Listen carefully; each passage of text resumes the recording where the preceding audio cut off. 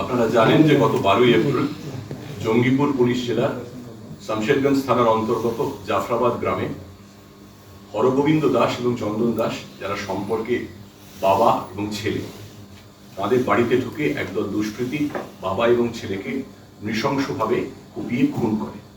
এই ঘটনা আপনারা জানেন। ঘটনা ঘটেছিল 12ই এপ্রিল এই বছরের। এই ঘটনার তদন্তে রাজ্য পুলিশের তরফে একটি বিশেষ তদন্তকারী দল বা স্পেশাল ইনভেস্টিগেশন টিম তৈরি করা হয়, যার নেতৃত্বে ছিলেন ডিআইজি মুর্শিদাবাদ রেঞ্জ সৈয়দ ওয়াকার রাজা। আমরা তদন্তে নেমে জানতে পারি যে প্রাথমিক এফআইআর এ 5 জনের নাম ছিল, কিন্তু তদন্তে আমরা বিস্তারিত তথ্য সংগ্রহ করি এবং সংগ্রহ করে আমরা নিশ্চিত হই এফআইআর এ যে 5 জনের নাম ছিল তাছাড়াও আরো 8 জন এই ঘটনার সঙ্গে, এই নৃশংস ঘটনার সঙ্গে সরাসরি যুক্ত।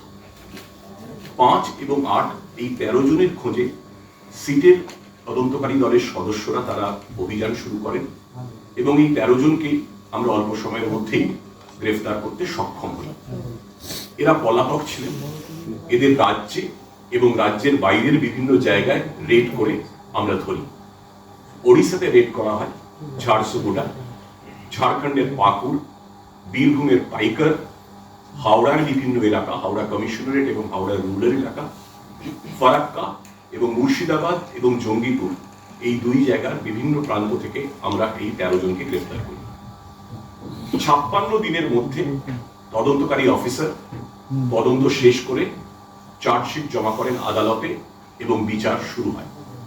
স্পেশাল পিপি হিসেবে নিযুক্ত করা হয় শ্রী বিভাস চট্টোপাধ্যায়কে। আপনারা এটাও জানেন যে এই মামলায় গতকাল এই 13 জন অভিযুক্তকেই মাননীয় আদালত দোষী সাব্যস্ত করেছেন। এই দোষী সাব্যস্ত করার পরে যেটা প্রক্রিয়া, আজকে কিছুক্ষণের মধ্যেই সাজাও ঘোষিত হবে। হয়তো আমরা এই প্রেস কনফারেন্স চলাকালীনই সেই সাজার খবরটা পেয়ে যাব।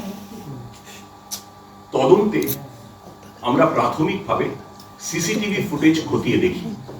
সিসিটিভি ফুটেজে আমরা অভিযুক্তদের, যাদের আমরা গ্রেফতার করেছি, তাদের চলাফেরা, তার নির্দিষ্ট আমরা ফুটেজ পাই এবং তারপরে আমরা যখন চার্জশিট জমা দিই, আমরা অভিযুক্তদের প্রত্যেকের, যাদের আমরা গ্রেফতার করি, তাদের প্রত্যেকের মোবাইলের টাওয়ার লোকেশন সংগ্রহ করে তারপর সেটা গুগল ম্যাপের সাহায্যে প্লটিং করে আদালতে পেশ করি, যাতে ঘটনার দিন, ঘটনাস্থলে সংশ্লিষ্ট সময়ে অভিযুক্ত ব্যক্তিদের উপস্থিতি, তাদের প্রবেশ এবং প্রস্থান সংশয়াতীতভাবে প্রমাণিত হয়।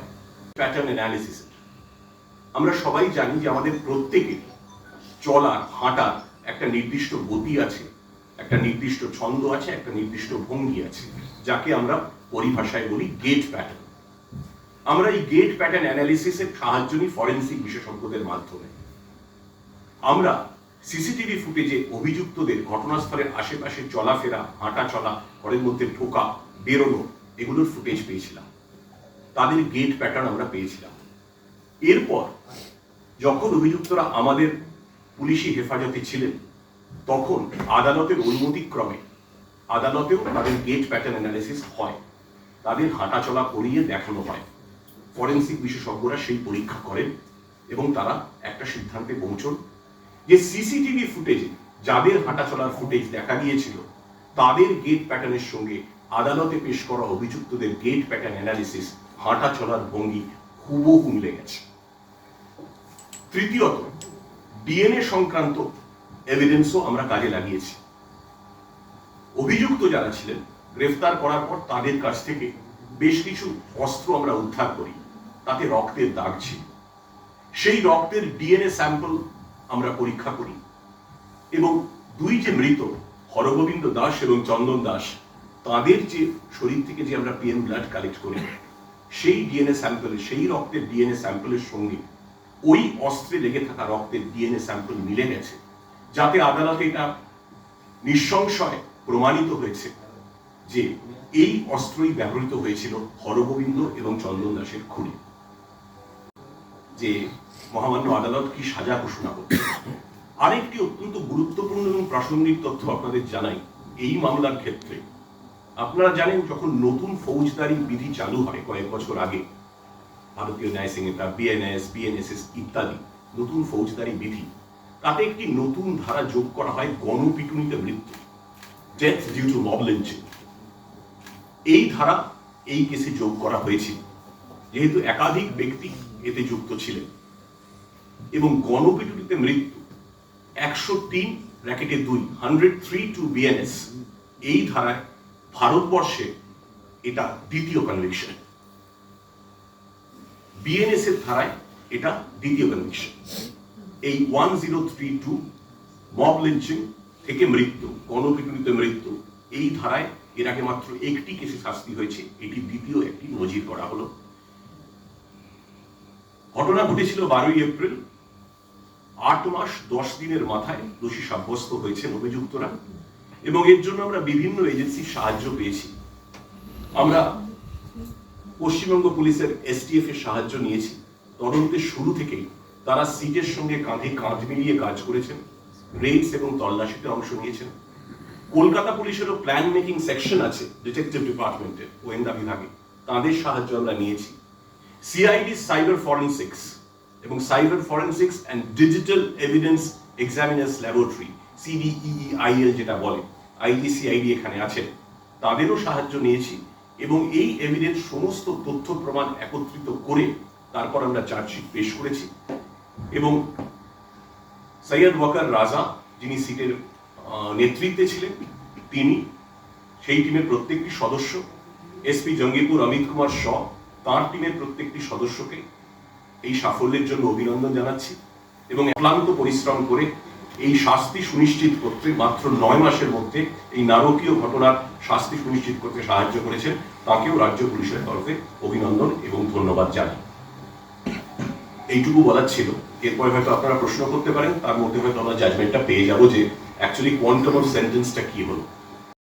যে কেসটার কথা আমরা আলোচনা করলাম, ব্রিফ করলাম, জাফরাবাদে এই বাবা ছেলের মৃত্যু, এখানে যে 13 অভিযুক্ত যাদেরকে দোষী সাব্যস্ত করা হয়েছে তারা প্রত্যেকেই স্থানীয় বাসিন্দা, জাফরাবাদ এবং সংলগ্ন এলাকাগুলোর বাসিন্দা।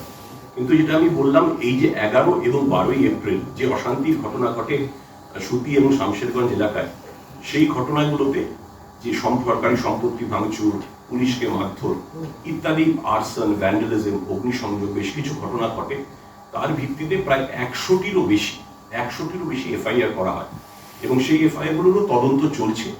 এবং এই কেসগুলোতে যারা অভিযুক্ত তাদের মধ্যে আমরা বহিরাগতদের নাম পেয়েছি, যারা সংশ্লিষ্ট এলাকার বাসিন্দা নন, স্থানীয় বাসিন্দা নন, যারা বাইরে থেকে এসেছিলেন, ঝাড়খণ্ডের পাকুড় এবং সংলগ্ন এলাকা থেকে। আমি নির্দিষ্ট সংখ্যাটাও আপনাদের বলে দিতে পারবো, কিন্তু অনেকগুলো কেস তো, কিন্তু বহিরাগত যোগ আমরা সেই ওই যে 2 দিন অশান্তি হয়েছিল শামশেরগঞ্জে, সেই যোগ আমরা পেয়েছি, তার তথ্য প্রমাণ আমাদের কাছে আছে, এবং সেটা আমরা আদালতের কাছে পেশও করেছি। মোট কতগুলো বাড়ি দোকান ভাঙচুর হয়েছিল, আগুন জ্বালানো হয়েছিল, ডিটেইলসটা পাওয়া যায়?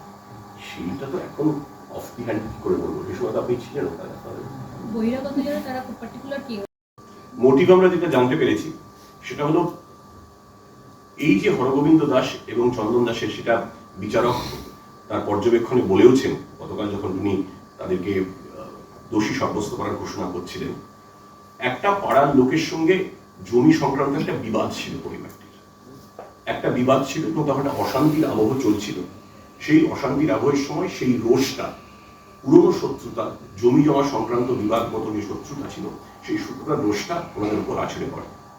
সেটাই এই পার্টিকুলারলি যে নারকীয় খুনটা হয়েছে তার মোটিভ বলে আমরা জানতে পেরেছি।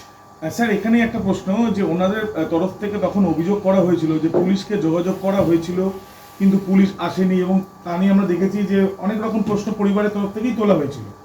আপনারা কি এই নির্দিষ্ট কনটেক্সটে তদন্ত করে পুলিশের ভূমিকা নিয়ে কিছু পেয়েছিলেন? সেই নির্দিষ্ট ভূমিকা আপনি তো জানেন, সেই সমস্ত যত অভিযোগ আছে সবকিছুই তদন্ত করে দেখা হয়েছিল। তারপরে ওসি শামশেরগঞ্জ এবং ওসি সুতির বিরুদ্ধে বিভাগীয় কি ব্যবস্থা নেওয়া হয়েছিল আপনারা তো জানেন, এটা তো আর নতুন করে বলার কিছু নেই, আপনি তো জানেন কি ব্যবস্থা নেওয়া হয়েছিল।